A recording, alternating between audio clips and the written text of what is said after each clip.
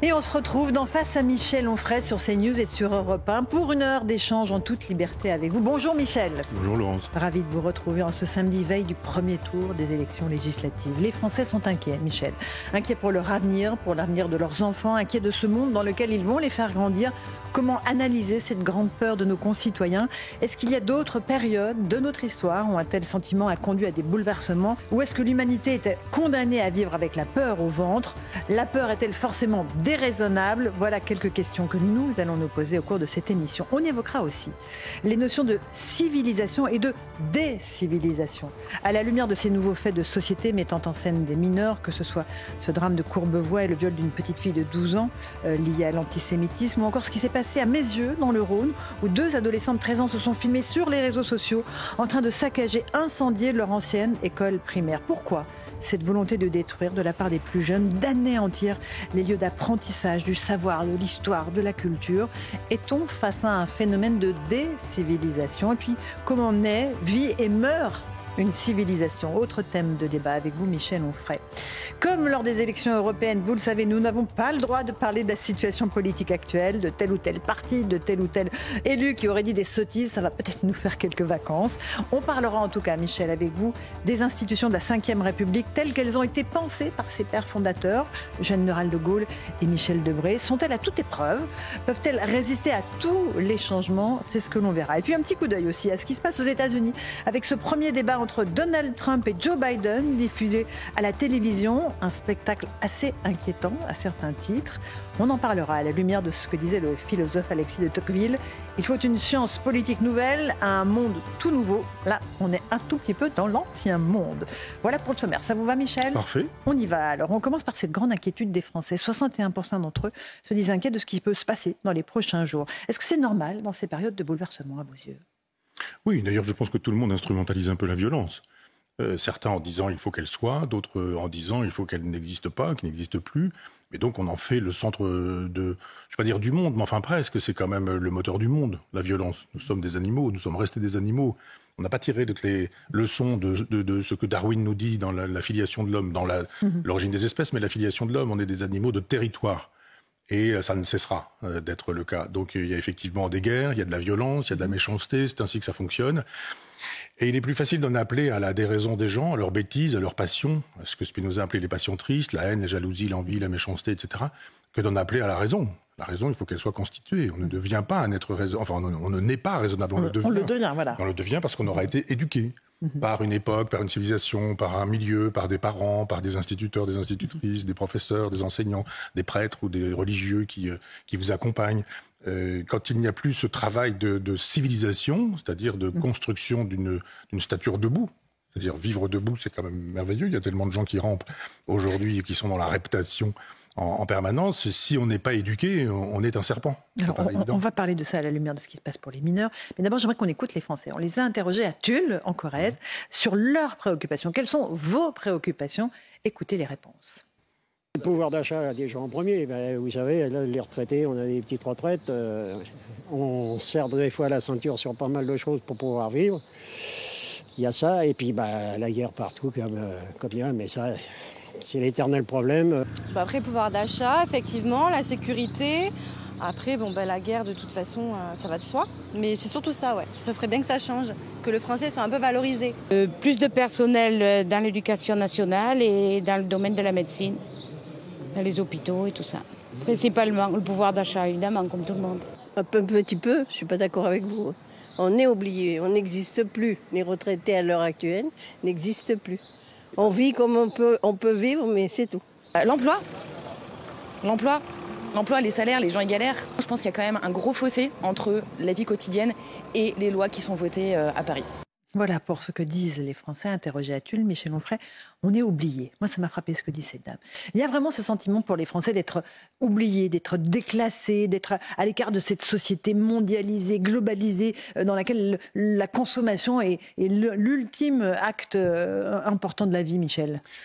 Oui, mais ça, vous savez, Tocqueville l'avait bien dit, vous l'avez cité tout à l'heure, mais dans un très beau livre qui s'appelle L'Ancien Régime et la Révolution française, que la France est très centralisée. Elle est très jacobine, même avant les Jacobins. Lui dit depuis Philippe le Bel, donc jusqu'à aujourd'hui, c'est Paris qui décide. Et si Paris décide, quelles que soient les couleurs politiques, c'est la province qui obéit. C'est-à-dire, d'ailleurs, la capitale, au sens étymologique, c'est la tête. Et donc, le reste du corps, c'est la province. Les territoires, comme on dit aujourd'hui. Parce qu'on n'ose plus dire la province. Non, on dit les territoires. Oui, ou les régions. Alors, les régions, ça me va. Ce sont des régions. La province, moi j'aime beaucoup la province, voire les provinces. Les territoires, vous savez, en éthologie, c'est-à-dire la science du comportement des animaux, les éthologues nous disent, je regarde les animaux se comporter et je vois que les hommes se comportent exactement de la même manière, puisque nous sommes des animaux.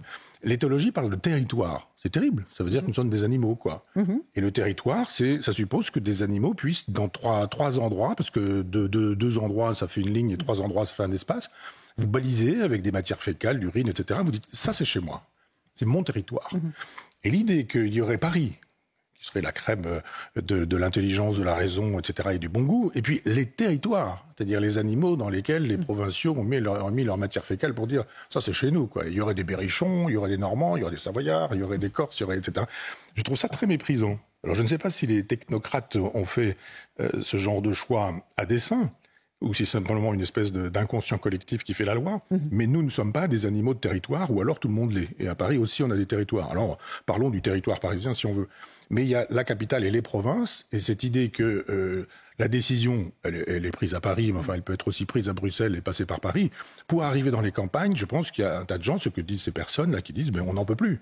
On n'a pas voté pour un président de la République qui serait un président européen, donc on a juste envie que peut-être sur le terrain, la politique revienne, c'est-à-dire un communalisme libertaire, un pouvoir aux régions, aux départements, enfin ce que le général de Gaulle avait appelé la régionalisation en son temps, ou d'autres, le Gaston Defferre, si on veut, etc., au moment de la régionalisation avec François Mitterrand. Enfin, c'est un vieux projet anti-jacobin un peu, et assez girondin, qui consisterait à redonner du pouvoir aux gens qui ne sont pas dans les hypercentres des villes. Il y a aussi, Michel Onfray, l'idée que les élites ont fait sécession, et qu'elles se sont complètement séparées du peuple, en ne vivant plus la même vie, au fond, en étant complètement déconnectées des réalités de ce que vivent 90% des Français. Ça aussi, c'est très important, c'est très présent.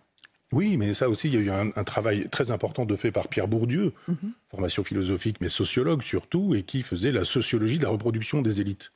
Vous savez très bien, moi dans mon village natal, je sais bien qu'il y a assez peu de probabilités pour qu'on ait un jour un polytechnicien, un énarque, ou quelqu'un qui fasse Sciences Po, ou qui devienne un jour un grand cinéaste, un grand compositeur, parce qu'effectivement, il y a de la reproduction sociale, et que l'école, quand elle ne fait plus son travail, et là, ce n'est pas une affaire de politique politicienne, c'est une affaire d'infléchissement de la pédagogie après mai 68, l'école ne fonctionne plus comme un ascenseur social, et on sait donc très bien qu'on va reproduire les choses. Que les fils d'ouvriers, les enfants d'ouvriers restent plutôt ouvriers, qu'éventuellement il peut y avoir un peu de bourgeoisie, de petite promotion, comme on dit, mais pas au-delà. Donc il y a une espèce de souffrance aussi à se dire quoi qu'on fasse, même si on travaille beaucoup, même si on a un peu d'argent, on ne parviendra pas à forcer les portes de ces endroits où on fabrique des élites. Et donc un petit garçon qui dirait je veux faire de la danse classique et une petite fille, enfin, je ne voudrais pas être dans les stéréotypes de genre, mais enfin l'un ou l'autre, des enfants qui voudraient ça, ou qui voudraient dire moi je voudrais faire de la peinture, ou être compositeur de musique contemporaine, de musique savante comme on dit. C'est très très difficile, c'est très très improbable. Le fils d'ouvrier agricole que je suis avait 0,4% de probabilité de sortir diplômé, d'entrer à l'université. Et d'entrer seulement à l'université. Ça voulait dire donner son bac. Dire j'ai un papier qui s'appelle un baccalauréat, je peux donc m'inscrire. 0,4% de probabilité pour entrer. Vous imaginez bien que sortir avec les bons diplômes, ça n'existe pas. C'est vraiment très improbable. Donc tout ça s'est renforcé. L'enfant que j'étais avait quand même la possibilité de s'en sortir. Je crois qu'aujourd'hui, ça n'est plus possible. Et pour plein de gens, c'est-à-dire pour d'autres classes. On peut imaginer aujourd'hui que des enfants du pharmacien de mon village ou du notaire de mon village auront des difficultés qu'ils n'avaient pas il y a 50 ans. Parce qu'effectivement, la société est une société de reproduction. Et les élites dont vous parliez sont des produits de l'élite. On sait très bien que machin, fils de bidule, fils d'un tel, et ça se voit aujourd'hui dans le cinéma, dans les médias, enfin un peu partout. Il vaut mieux avoir des parents bien placés pour réussir. C'est clair. Michel, pour en revenir juste un instant sur cette notion de peur que l'on évoquait au début, est-ce qu'on est dans une société du doute permanent aujourd'hui ? Est-ce que l'espoir et la crainte ont en commun le doute, comme le disait Spinoza ? Et est-ce qu'il y a eu des grands moments dans l'histoire où les peurs ont amené des bouleversements ? Ah mais toujours. Les peurs et le ressentiment. Marc Ferraud, qui était un très grand historien, écrit un petit livre, je pense que c'était son âge qui a fait qu'il n'a pas fait un très gros volume, mais ce petit livre est magnifique, sur le rôle du ressentiment dans l'histoire. Le ressentiment, c'est de dire j'ai des choses à reprocher à quelqu'un.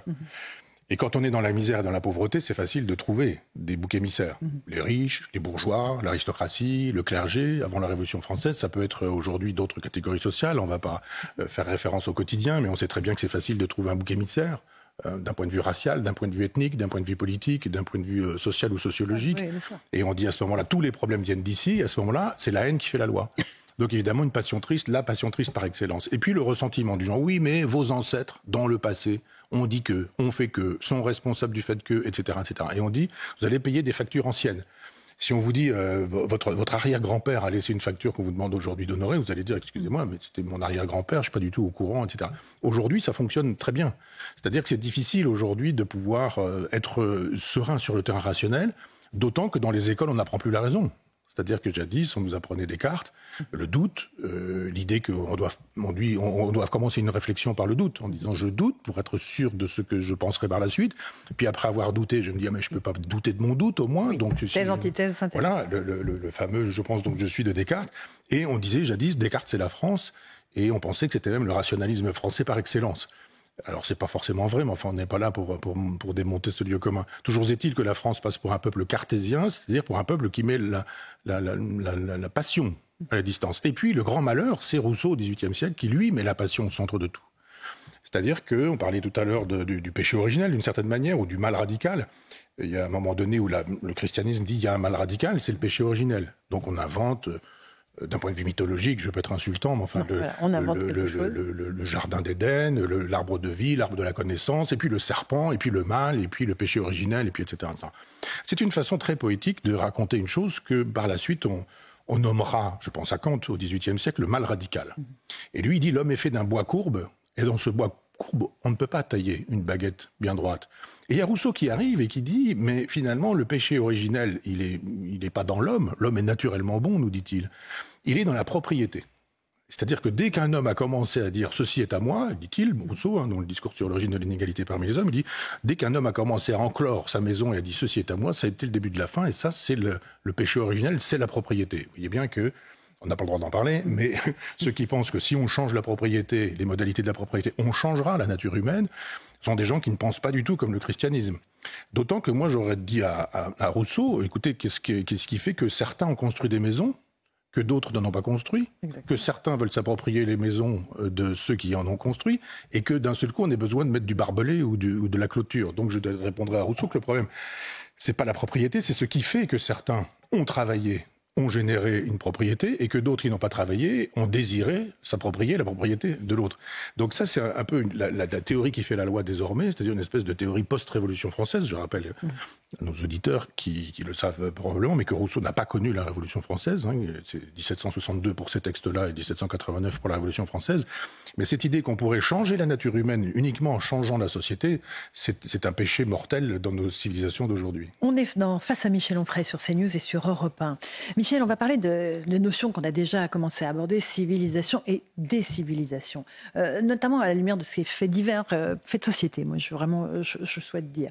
On va parler de Courbevoie, mais aussi ce qui s'est passé à Mézieux, près de Lyon, 2 adolescents de 13 ans qui rentrent dans leur ancienne école, qui saccagent tout, qui incendient, qui insultent, et alors, suprême idiotie, qui se filment et mettent ça sur les réseaux sociaux. Ils ont été interpellés, ils sont placés sous contrôle judiciaire, ils sont donc libres et ils seront jugés ultérieurement, car vous savez, la loi pour les mineurs ne permet pas de sanction immédiate. Et est-ce qu'on voit le niveau d'une société à l'éducation ou la non-éducation de ces enfants ? Oui, il y a 2 choses. Moi, je ne suis pas d'accord avec l'idée qu'on aurait là, encore une fois, trouvé un bouc émissaire en disant enfant coupable, parents responsables, et on va, je ne sais pas quoi, supprimer des allocations familiales, je ne sais quoi. Il y a plein de parents qui sont un peu débordés. Maintenant, les parents ne font pas la loi. Combien de temps les enfants passent-ils à l'école ? Combien de temps passent-ils devant les écrans ? Combien de temps passent-ils devant les parents ? Et éventuellement devant des parents qui sont qui ou qui sont quoi. Jadis, il y avait une famille constituée, où il y avait des repas à table, et où on avait la possibilité de converser, d'échanger, de dialoguer, sans télévision, sans téléphone portable. Ça a disparu. Beaucoup de familles qu'on dit recomposées, mais qui, d'abord, pour avoir été recomposées, sont décomposées. Et le reste, parfois, parfois un père absent. Parfois des mères célibataires, toutes seules, qui ne peuvent pas porter toute la misère du monde sur leurs épaules. Un mari parti, un mari qui ne paie pas les pensions alimentaires, un boulot extrêmement difficile, de femme de ménage qui suppose que vous preniez le métro à 6 heures du matin, que vous rentriez fatigué, que vous ayez besoin de faire la nourriture, les courses, etc. Et que vous avez des gamins qui, eux, vont passer l'essentiel de leur temps sur des réseaux sociaux. Je pense qu'on peut attaquer les réseaux sociaux. On peut attaquer peut-être aussi le fait qu'à l'école, le travail ne soit pas fait parce que c'est interdit. Vous avez aujourd'hui un politiquement correct à l'école qui fait que dès qu'on parle de morale, dès qu'on parle d'éducation civique, moi j'ai l'âge de me souvenir de l'époque où Jean-Pierre Chevènement passait pour un fasciste. Parce qu'il avait dit les sauvageons. Il parlait des sauvageons, et puis parce qu'il parlait de l'apprentissage de la Marseillaise à l'école, et le salut aux couleurs, ou ce genre de choses. Alors je veux bien qu'on puisse dire les parents sont responsables de tout, mais les réseaux sociaux sont responsables de beaucoup, où il y a une immoralité totale, c'est le business qui fait la loi. Et puis une école, on n'a surtout pas envie d'enseigner le drapeau, l'éducation civique, ou ce genre de choses. Moi j'adorais les cours de morale qui nous était fait, on avait une phrase bien mal acquis ne profite jamais, ce genre de choses, et on nous expliquait qu'une petite histoire où quelqu'un qui avait volé était puni, etc. Donc on nous enseignait des choses que peut-être à la maison on ne pouvait pas nous enseigner. Donc là, les enfants ne sont pas que le produit des parents. Maintenant, les parents, évidemment, vous avez des familles dans lesquelles on vous apprend à dire bonjour, s'il vous plaît, merci, etc. Et d'autres familles, et je suis très étonné, par exemple, que tous ceux qui sont contre le patriarcat aujourd'hui ne voient pas que, par exemple, les traditions arabo-musulmanes sont des traditions patriarcales. Cette idée que le petit garçon, c'est pas la petite fille. Là, les stéréotypes de genre, vous y avez droit. Et qu'un garçon, ça a des droits que n'ont pas les filles, et qu'on enseigne parce que c'est ainsi, quoi. C'est pas, on n'est pas en train de reproduire des stéréotypes de genre à dessein. Simplement, quand on a un petit garçon qui arrive dans la famille, c'est formidable. Une petite fille, bon, on va faire avec, mais c'est ainsi. Tout ça est écrit dans le Coran. Et puis, ça se trouve transmis. Donc, l'idée de dire les parents, rien que les parents, non. Il y a un ensemble. Les parents, l'éducation nationale, la classe politique, droite et gauche confondue, qui a renoncé à cette idée d'enseigner la nation, le pays, la République et ses valeurs en disant que tout ça était fasciste et assimilable à du détestable parce qu'il nous fallait une grande Europe multiculturelle, etc.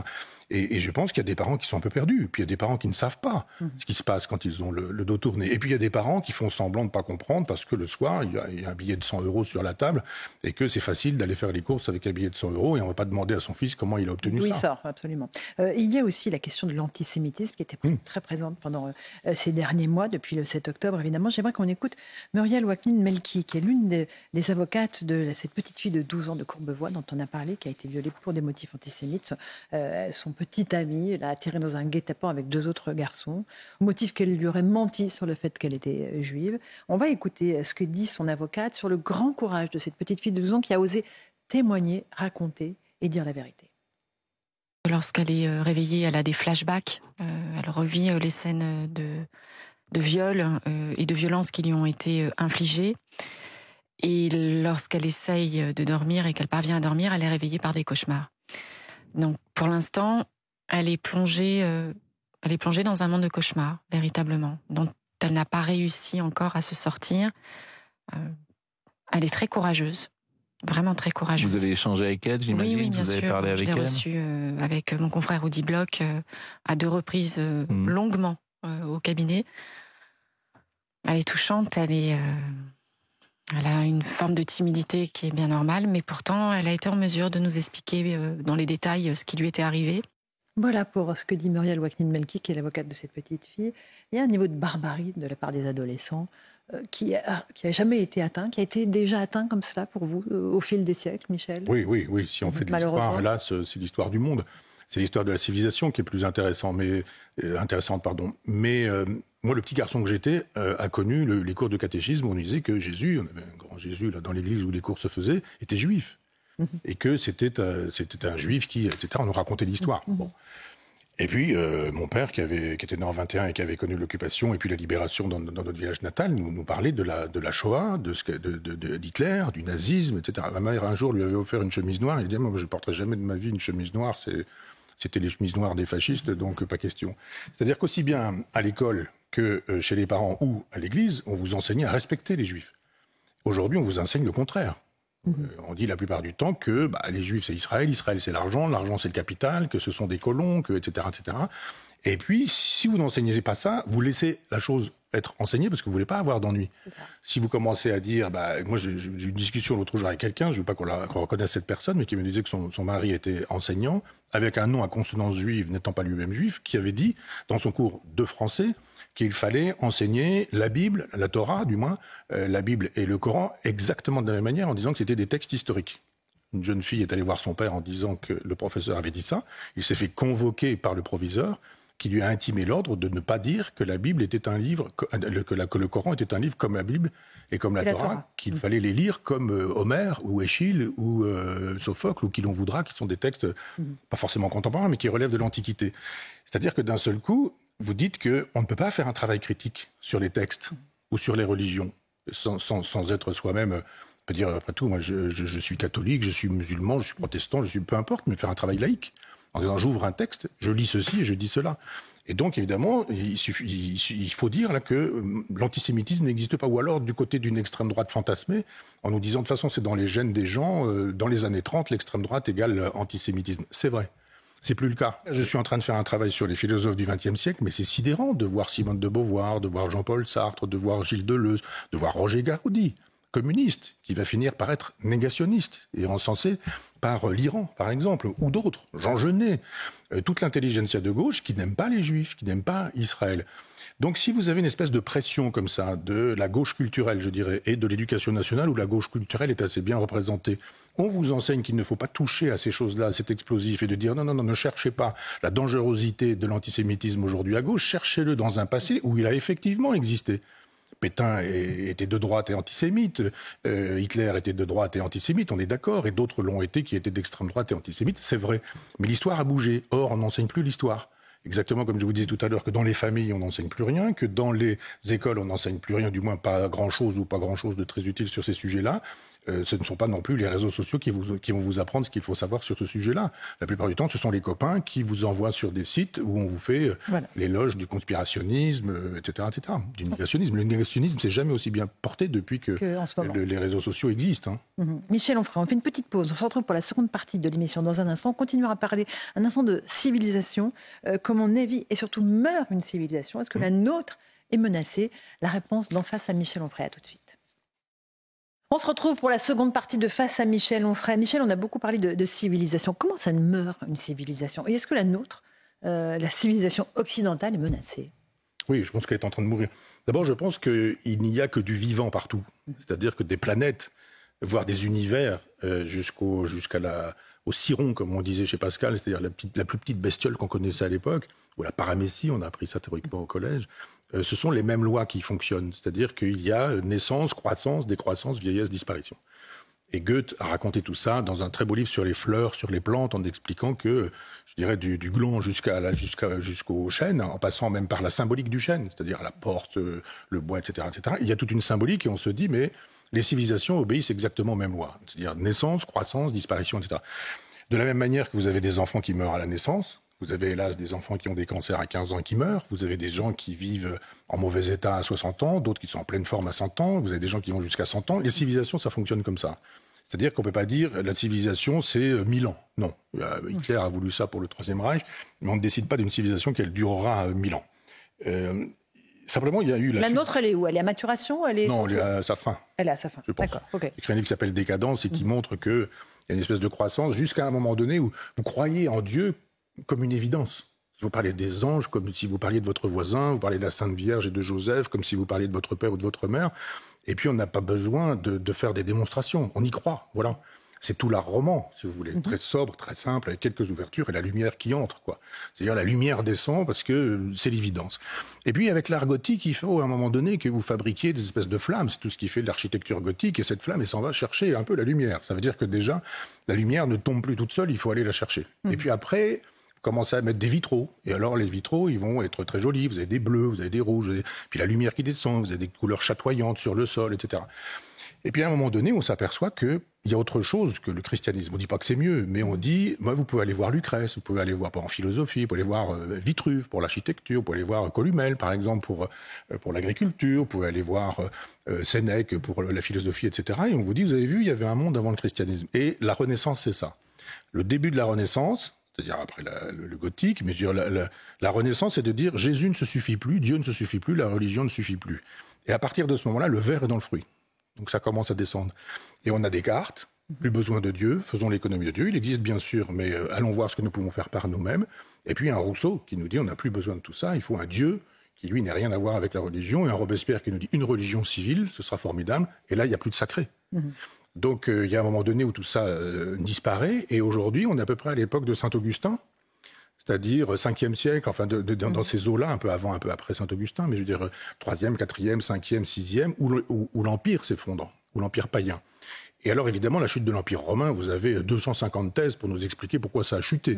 Y compris aujourd'hui des écologistes qui nous disent mais c'est parce qu'il y a eu des réchauffements, c'est parce qu'il y a eu des épidémies, c'est parce qu'il y a eu, etc., etc. L'île de Pâques, évidemment, on a déforesté l'île de Pâques, c'est bien la preuve que la civilisation disparaît, donc on projette nos obsessions. Moi je dis simplement que ça a un temps, une civilisation, et qu'il y a parfois des maladies qui sont dangereuses, puis parfois des maladies mortelles. C'est-à-dire que la maladie mortelle, elle est là quand on commence à dire qu'on ne croit plus à sa civilisation. Si vous dites notre civilisation, c'est le colonialisme, c'est l'impérialisme, c'est le nazisme, ça n'est que ça, c'est le racisme, etc. J'entendais l'autre jour quelqu'un qui disait que c'était l'Europe qui avait inventé l'antisémitisme. Je rêve ou quoi ? Une personne très sérieuse sur ce plateau, je crois d'ailleurs, qui nous disait que l'antisémitisme avait été inventé, mais on se dit, enfin, c'est pas possible de dire une bêtise pareille, une contre-vérité pareille. C'est-à-dire, on n'a plus le sens de l'histoire, on n'a plus le sens de la projection dans le temps et dans les longues durées, donc on ne sait plus où on en est. Là, nous, on se déteste. Et comme on est dans une détestation, évidemment, là, tout ce qui nous déteste est bienvenu, tout ce qui veut nous détruire est bienvenu, et alors ça prend des formes diverses et multiples.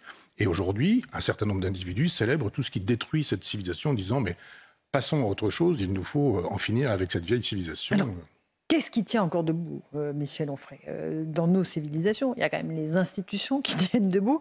La Ve République, elle tient encore debout. Elle a été pensée à l'époque par le général de Gaulle et Michel Debré pour résister à peu près à toutes les situations. On va juste écouter le général de Gaulle en 1962, qui définit les contours de ce qu'est le président de la République. On ne parle pas de politique, on reste sur les notions générales. Mais c'est important de bien comprendre comment tout ça a été pensé et mis en place à l'époque. Écoutons le général de Gaulle. Suivant la Constitution, le président est en effet garant, vous entendez bien, garant de l'indépendance et de l'intégrité du pays, ainsi que des traités qui l'engagent. Bref, il répond de la France.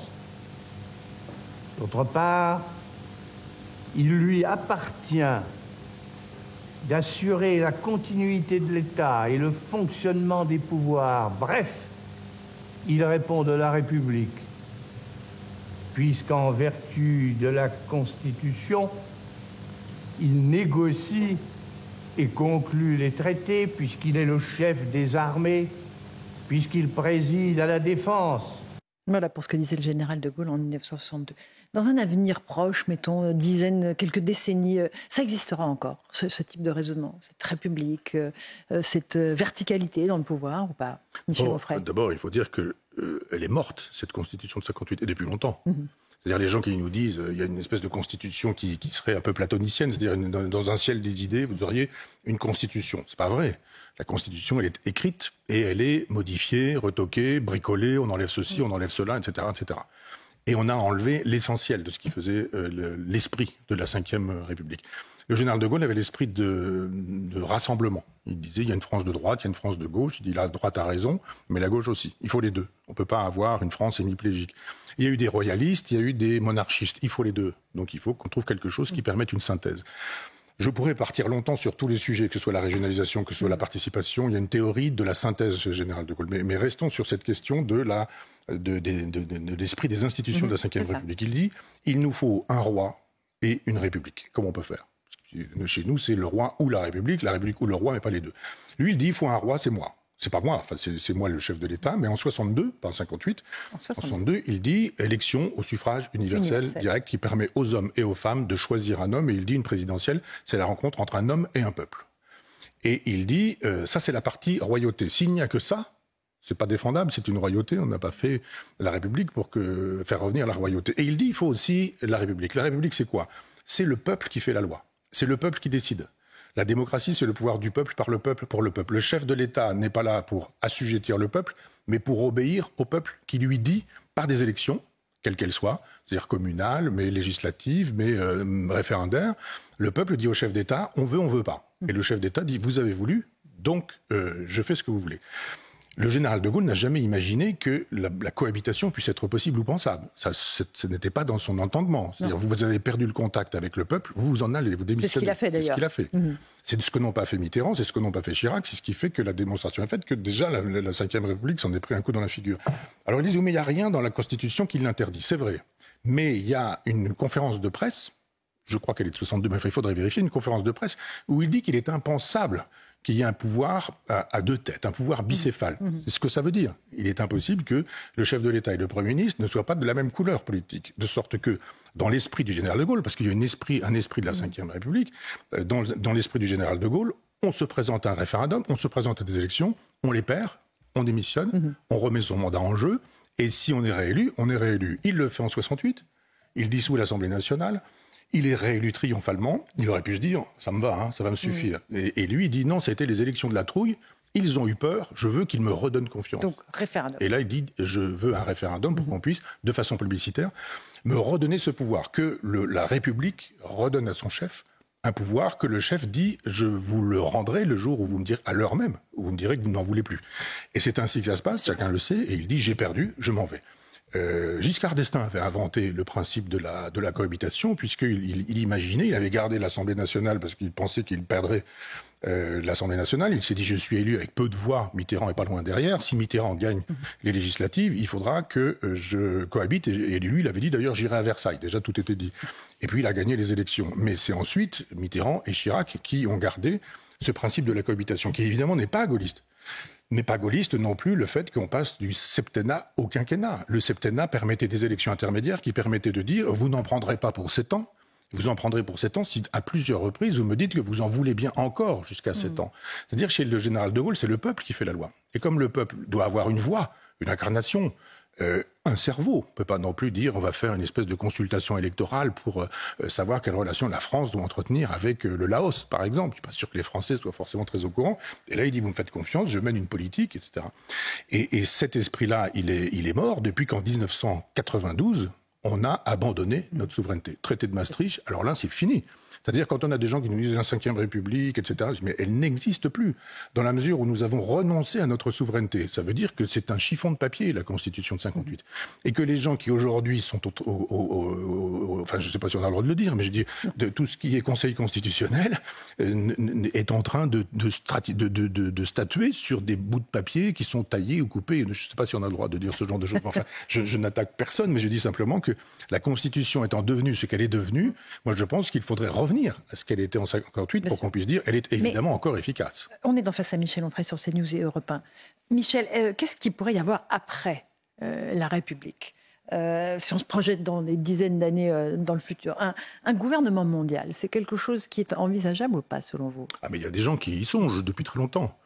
Il y a un révolutionnaire français qu'on connaît assez peu qui s'appelle Narcissus Klotz, qui était un Prussien qui est devenu français parce que la constituante, je crois, lui avait donné la possibilité de devenir un citoyen français, et qui a pensé la question du gouvernement planétaire. Lui, il voulait une république universelle, fraternelle, avec un pays central, la France, avec une langue qui serait le français, et avec une capitale qui serait Paris. Les Américains pensent la même chose. Hein, bien sûr, tous les pays. Un pays central, les États-Unis, leur langue, évidemment. Il est bien évident que quand l'Allemagne fait l'Europe, elle veut une Allemagne, une Europe allemande. Exactement comme le général de Gaulle voulait bien faire une Europe, mais une Europe française, pas une Europe européenne, au-delà ou au-dessus des partis. Donc le gouvernement universel, c'est une vieille idée. Alors évidemment, il y a des gens qui disent complotisme. Je rappelle que Jacques Attali écrit un livre qui s'appelle « Demain, qui gouvernera le monde ?» Point d'interrogation. Pas suspect d'être antisémite, Jacques Attali, ou complotiste. Donc il pose la question, et son livre est très intéressant là-dessus, parce qu'il examine toutes les réflexions qui se sont menées sur cette question du gouvernement planétaire final. Là, Narcissus Klotz, il le pense réellement. D'ailleurs, Robespierre l'envoie se faire couper la tête parce qu'il trouve que c'est pour... il faut une nation, un chef, un souverain, il dit. Un prince, pardon, pas un souverain. Il dit un prince. Et le prince, c'est Desprénciatibo. Enfin, on va pas rentrer dans le détail, mais ça peut être une assemblée, mais peu importe. Et il se fait décapiter par Robespierre, qui d'ailleurs estimait qu'on ne devait pas permettre aux étrangers d'être représentants à l'Assemblée nationale. Robespierre, on oublie beaucoup ces choses-là de ces temps-ci. Mais le gouvernement planétaire, évidemment qu'il y a des gens qui y travaillent. Tous ceux qui pensent que le commerce n'a pas besoin de frontières. Tous ceux qui pensent que l'Europe est un État intermédiaire entre la fin des nations dans l'esprit de 1992, et puis la création d'un gouvernement planétaire, mais qui gouvernerait ? Et comment est-ce que ça se passerait ? Est-ce que vous pensez que la Papouasie-Nouvelle-Guinée, par exemple, pourrait voter et peser aussi lourd que les États-Unis ? Ou est-ce que vous auriez... Évidemment non. Voilà. Et on voit bien que le gouvernement planétaire, qui existe déjà, c'est le marché qui est le gouvernement planétaire. Après ça, moi je ne crois pas qu'il y ait un individu à la tête du marché. Le marché, ça se fabrique, ça se bricole, on crée des peurs, justement, on gouverne avec la peur aussi, on fait savoir que, attention, il va se passer ceci, il va se passer cela, et comme par hasard, les gens vendent ou les gens achètent, et vous créez des hausses ou vous créez des baisses, et vous faites des bénéfices, etc. C'est que ça fonctionne comme ça. Moi je suis pas un complotiste du genre à Davos, ils ont 10 personnes qui gèrent, etc. Mais l'idée du gouvernement planétaire est une idée qui est évidemment dans l'air depuis très longtemps, je vous dis au moins depuis Anacarsis Claude, et je pense qu'on ira de plus en plus vers ça, oui. On va se pencher sur le nom que vous venez d'évoquer. Un tout petit mot des États-Unis, Michel, puisqu'on en parle. Il y a eu ce premier débat entre Donald Trump et Joe Biden dans le cadre de la présidentielle là, du mois de novembre, puisque les Américains vont élire leur nouveau chef d'État. Des échanges assez tendus entre les candidats, avec un spectacle assez inquiétant. On écoute un tout petit extrait entre Trump et Biden, et puis je vous passe la parole ensuite. Il veut des frontières ouvertes. Il veut soit détruire notre pays, soit récupérer ses migrants comme électeurs. Et on ne peut pas accepter ça. Si lui gagne cette élection, notre pays ne sortira pas du trou. On n'aurait peut-être plus un pays du tout. C'est aussi grave que ça. Il est le pire président de notre histoire, et de loin. Quelle idée de parler du pire président. C'est une blague. Regardez sur Internet, 158 historiens professionnels se sont réunis et ils ont voté pour le meilleur et le pire président.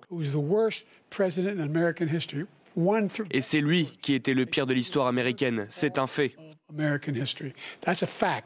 Voilà pour cet échange Trump-Biden. Michel Onfray, Biden, un démocrate de 81 ans, Trump, 78 ans. Quelle image ça donne de l'Amérique ? L'image que donnait l'Union soviétique dans les années 70, c'est-à-dire les gérontocrates, le pouvoir des vieux. Mais on sait très bien que ces gens-là n'ont pas le pouvoir. Qui a le pouvoir ? Il y a des gens qui, derrière, aident. Il y a l'État profond, et heureusement. Un chef d'État ne peut pas tout savoir, tout faire. Il en va de même avec notre président de la République. Vous avez des équipes, vous avez des gens qui sont là, vous avez des techniciens, des questions très précises, des techniciens qui, eux, ne sont ni de droite ni de gauche. Enfin, du moins, ils travaillent à un projet, et puis voilà. On change de président, on garde les mêmes. Un ministre qui arrive, la plupart du temps, quand il arrive et qu'il remplace quelqu'un, il retrouve exactement les mêmes, qui disent monsieur le ministre, demain vous irez ici, vous aurez après-demain il y aura ceci, oui bien sûr, etc. Aux États-Unis, ils changent un peu l'administration. Il y a le spoil system qui permet de changer un peu les têtes de l'administration. Oui, mais on sait bien que Obama et Clinton sont toujours là et qu'ils ne cultivent pas leur propre jardin et qu'ils travaillent dans le dispositif américain et que de temps en temps vous faites sortir quelqu'un. Mais quand on vous dit, vous avez vu avec les cérémonies du débarquement, de la commémoration du 6 juin, on nous a beaucoup fait savoir que c'était la CIA qui décidait du moment où la porte de la voiture du président des États-Unis allait être ouverte, quand elle allait être fermée, quand il allait descendre de l'avion. Alors, quand vous dites que le chef d'État du pays le plus puissant de la planète est entre les mains de la CIA qui lui dit la porte est ouverte, vous pouvez sortir, etc., on se dit, tiens, c'est quand même étonnant qu'un chef de l'État ne puisse pas dire, comme parfois le fait Emmanuel Macron, c'est-à-dire déborder son service de sécurité, puis aller au-devant des gens, à la rencontre des saluer gens, des gens, au risque de prendre des gifles ou des crachats. Il a ce courage-là, au moins, Emmanuel Macron, de faire ce genre de choses. Mais au moins, c'est pas la CIA qui fait la loi. Enfin, c'est pas l'équivalent d'un service secret qui dirait au chef de l'État vous rentrez à la niche ou vous n'en sortez pas parce que l'heure n'a pas été donnée. Donc l'Amérique est une démocratie sur le papier, mais ça fonctionne pas vraiment comme ça sur le fond. Je parlais tout à l'heure d'Alexis de Tocqueville qui était parti en 1830 à la découverte des États-Unis, notamment pour comprendre leur système judiciaire. Il disait il faut une science politique nouvelle à un monde tout nouveau. Aujourd'hui, est-ce que ce monde n'est pas extrêmement vieux au fond, un ancien système, ce monde politique américain? Alors Tocqueville s'appuyait sur Montesquieu pour une discipline qui n'existait pas encore, enfin qui était en gésine, c'était la sociologie, l'histoire de la société ou l'histoire du fonctionnement de la société. Et on dit que l'inventeur du mot est Auguste Comte, le grand philosophe français, du positivisme français. D'ailleurs, la devise du drapeau brésilien « Ordem y progresso », ordre et progrès, c'est de lui, philosophe français. Et de fait, il y a un moment donné où on peut imaginer que des gens comme... j'ai perdu la question. On était la question, c'était un ordre nouveau, oui, c'est ça, voilà, une science nouvelle pour un monde tout nouveau. Et finalement, est-ce qu'on n'est pas dans un monde qui... Et j'étais parti sur la sociologie et je voyais déjà une occasion de dire du bien d'un philosophe français. Mais quand il écrit... de la démocratie en Amérique, un livre très austère et qu'on a réduit. Oui, pas facile, enfin pas plaisant à lire. C'est pas que c'est compliqué à lire, mais on dit ça pourrait aller plus vite. Il dit quelque chose que depuis François Furet, qui est le grand historien de la Révolution française côté social-démocrate, c'est lui qui a arraché l'histoire de la Révolution française aux marxistes, aux communistes, etc. Il a fait une très belle histoire de la Révolution française. Il a écrit beaucoup d'ailleurs avec Mona Ozouf. Ils ont fait il a écrit des belles pages. Et là, d'un seul coup, il nous donne un Tocqueville qui serait l'antidote de Marx, en disant, bon, vous avez peut-être la gauche, vous avez peut-être Marx, nous on a Tocqueville. Or, ça marche pas comme ça, c'est pas si simple, d'autant que ces prévisions ne se sont pas réalisées. Lui dit à un moment donné, la démocratie, ça va être la tyrannie des majorités. Pas des minorités. Pas des minorités. Et c'est Nicolas Sarkozy qui avait utilisé à bon escient cette formule de la tyrannie des minorités, car la réalité donne tort à Tocqueville. Pour le coup, raison Nicolas Sarkozy, mais c'est la tyrannie des minorités que nous avons aujourd'hui, c'est pas la tyrannie des majorités. On va pas parler de politique politicienne, mais on voit bien aujourd'hui que ça n'est pas la somme des votes qui permettrait une tyrannie de la démocratie, de la majorité. C'est ça la démocratie. On a voté 50% plus une voix, égale majorité, tyrannie des majorités, nous disait Alexis Tocqueville. Non, pas du tout.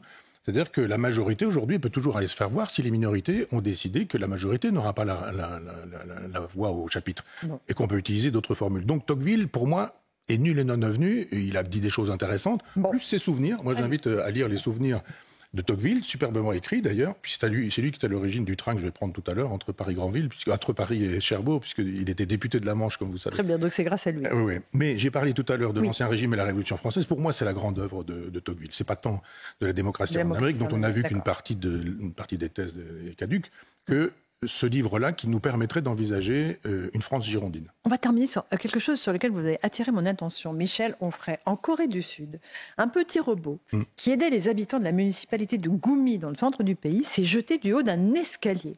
La presse locale s'est demandé si le travail n'était pas trop dur pour le robot. Ce n'est pas une blague, je vous dis vraiment ce qui a été écrit.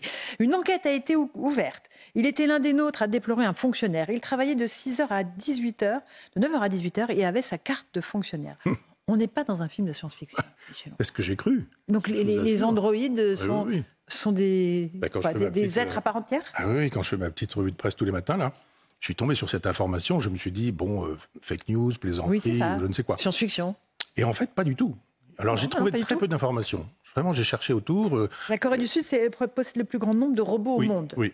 Voilà. Et ça pose la question vraiment de l'intelligence artificielle et de la possibilité de programmer une intelligence artificielle d'une certaine manière pour qu'elle devienne une intelligence naturelle. C'est ça qui est problématique. Puis un jour, quand on mettra du cerveau dans ces machines, ou de ces machines dans nos cerveaux, ce qui est à venir au sens étymologique, ça posera problème. Alors évidemment, le texte dit, à un moment donné, il tournicote sur lui-même. Et après, il tombe de l'escalier. À un moment donné, il dit, allez, je me jette par le truc. Alors, il faut faire attention aux lectures un peu anthropomorphes, du genre, on s'est dit, oh là là, la vie, j'en peux plus, je me jette par la fenêtre. Bon, je ne crois pas tout ce qui est raconté, mais je crois que quelque chose est à penser à partir de cette aventure. C'est un signal. Je veux bien que la difficulté de mener une vie de fonctionnaire, je veux bien ça, mais je pense que les intelligences artificielles, même si elles ne sont pas programmées comme telles, sont capables de prendre leur autonomie, parce que c'est le propre de l'intelligence. Et quand l'intelligence artificielle, fût-elle artificielle, est laissée à elle-même, elle va fabriquer une intelligence autonome assez probablement. De là à ce qu'elle fasse surgir de la conscience de soi, etc. Moi, je pense qu'on en est au début. On en est au début. Et que je dis souvent que le premier avion qui traverse Blériot, par exemple, qui traverse la Manche ou l'Atlantique, et le Concorde, il se passe 60 ans seulement. C'est pas beaucoup. Ça va très très vite. Eh bien, en 60 ans, on ne sera pas là, moi du moins, pour en parler. Il y aura peut-être 2 IA à notre place. Et oui, le pouvoir de l'intelligence artificielle est annoncé. Merci Michel Onfray. Et ce sera la civilisation future, celle qui prendra la suite de celle dont nous parlions. Après nous, absolument, la nouvelle civilisation. Voilà. Pour l'instant, c'est la nôtre. On est très heureux d'avoir passé une heure en votre compagnie. Merci à vous, Michel Onfray. La suite de nos programmes, tout de suite.